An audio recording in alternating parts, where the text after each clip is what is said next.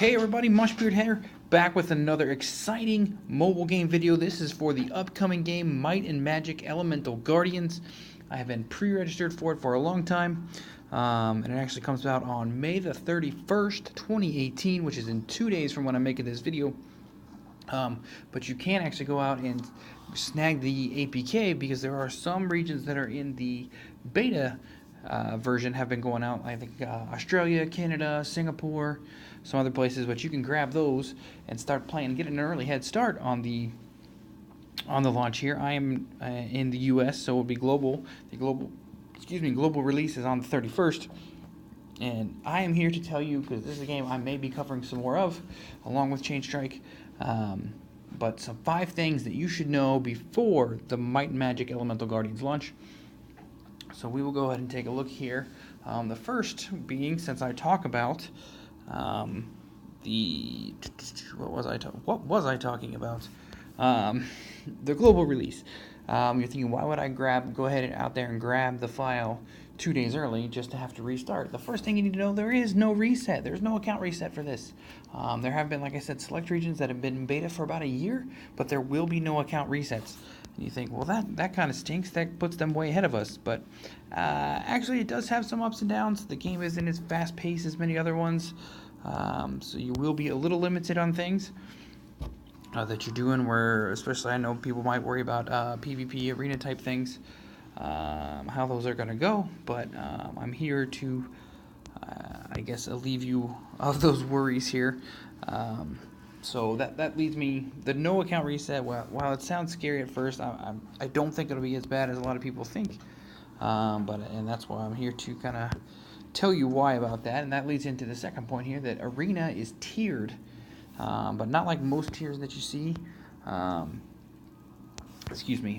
can actually only advance up a tier once a week at the end of the week, and I believe it's the top 3 players that are in the tier will advance up at the beginning of every week, and then I think it's like, I don't know if it's the bottom 3 or what the number is exactly. They'll actually go down a tier at the end of the week, so they're just kind of shifting around, and all this kind of stuff. So it is interesting to note. So like I'm in bronze 1, I'm like ranked 20-ish right now. I did not go, I was playing at the end of the last reset. I did not go up to bronze 2. I wasn't high enough. I finished in like 15 to 20 range, but it wasn't so bad. So I just keep staying in bronze 1. No big deal. I still got stuff to, rewards for that. So you can play as much as you want in bronze 1 for the week, but you won't go up until the week is actually over. So that's kind of cool to note. So even though they will be higher starting off, people are saying it takes like 2 months to get up into gold 1 if you're ranking up every week. So and of course, if you don't, then you'll just stay put and it'll just take a little longer, but that's okay. That kind of keeps the people that have been playing longer and have better units kind of up higher in the tiers, as long as they're doing arena. And then those of us who are just starting out will be a little lower, and that's okay though. So I think that's really cool the way they're doing that. Like I said, and that's one reason why I think the no account reset won't be as bad as people imagine when this launches for global in 2 days. The third thing to note, creature evolutions, we'll go over to after this battle here, where it upgrades 1 of 2 abilities. It shows you 2 abilities right next to it, and evolution is like awakening for other games, or where kind of changes appearance and this overall stats just get better, stuff like that. But it'll show you 2 skills, and it's random. When you evolve them, one of them, it tells you, it'll be this one or this one. You don't get to pick it. It's random. So sometimes you may find the unit you want, but when you evolve it, you may not get the skill upgrade that you wanted or were looking for min-maxing. So you want to take that into consideration. You may have to do it a couple times, but we'll go ahead and look at the creatures here. So like this young griffin here, he is a fire griffin, and if I look at his skills in the evolution tab, you'll see down here in the bottom right, it says after evolving you will obtain main skill can evolve to, and then draining dive, which attacks an enemy 25% chance to drain their HP, and drain is 70% of your own attack. Or it could be direct dive, attacks an enemy with an attack increase based on own critical damage. So that is how it's going here. I actually have enough to evolve, so maybe I'll do my first evolution here and see which one we get.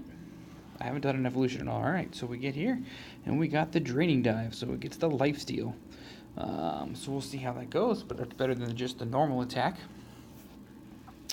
And after evolving, so I could evolve again a second time. You'll see here that I'll get a special stat increase of +7 speed. And I don't think it'll show me the third time yet. But you can see the pictures keep changing. So now I've done it once. Now he's just a griffin. And you can see all the stuff I got to collect. He'll get more speed, but so that is how it went. So that is the thing to note. So you may have to go that first time with that skill. It may take a couple times to do that, but overall you'll get better stats. And people are saying they've been playing for a long time. It's not really that big a deal. Usually it's even if you get the wrong skill, the evolution is still really good, so it's worth doing it. But I just want to note that because that is confusing at first. People look at it and like, so do I get to pick? Is it actually both and it's just worded wrong? Nope, it's just a random one. But that leads me into my fourth point, that 2-star creatures, which this young griffin was, are actually really strong in this game. And 3-star creatures, and 4-star creatures for that much, are very rare. I have summoned quite a bit. I have no natural 3-stars, which seems odd if you've played other games that I've played, that you wouldn't have any natural 3-stars, especially if you've summoned like their premium type scroll things. I've gotten all 2-stars from them, but that's okay. That's how they are. That's just how the game is. You just have to get your mind out of the usual 3-stars are trash. 2-stars are garbage, and 3-stars are mostly trash. And only 4-stars and 5-stars are good. There aren't even natural 5-stars in this game, so 2-stars are actually really strong if you find the right ones. 3-stars should be really strong, and 4-stars are rare and incredibly strong. So make sure you got to change your mind about those things just so you can understand, hey, just because it's 2-stars doesn't mean it's going to be garbage. It's actually going to be really good because I'm farming everything with 2-stars only right now. So there may be even some 1-stars that are worth it. I haven't really looked a ton into those, but I am going through the game just fine with 2-stars. And that leads me into my fifth thing that you need to know, the rarity of the glyphs that you get. So glyphs are these things that we have equipped right here, which are like your runes or equipment, whatever you want to call them. The rarity of them may be different than you're used to in other games. So normally you get the color function of white, green, blue, purple, orange. In this game it's actually white, blue, green, orange, purple. So blue and green are switched, and then orange and purple are switched, which can make when you're getting stuff at first. I think I slaughtered some, or destroyed some, sold some green ones, because I thought, I've been getting quite a few blues. They're pretty common, so I just get rid of the greens because I'm not going to need them. Well, actually the greens were higher, so that was kind of a bummer. But so make sure you're paying attention to that. Just because you see green, you're like, oh, that's only the second. I'll stick with blue. Actually, greens are better. But then you can occasionally say, I've got a couple greens over here, green, whites and blues. She actually has 2 orange ones because there was an event going on for 2-star creatures only that I farmed for a while and was able to get 2 of the orange runes.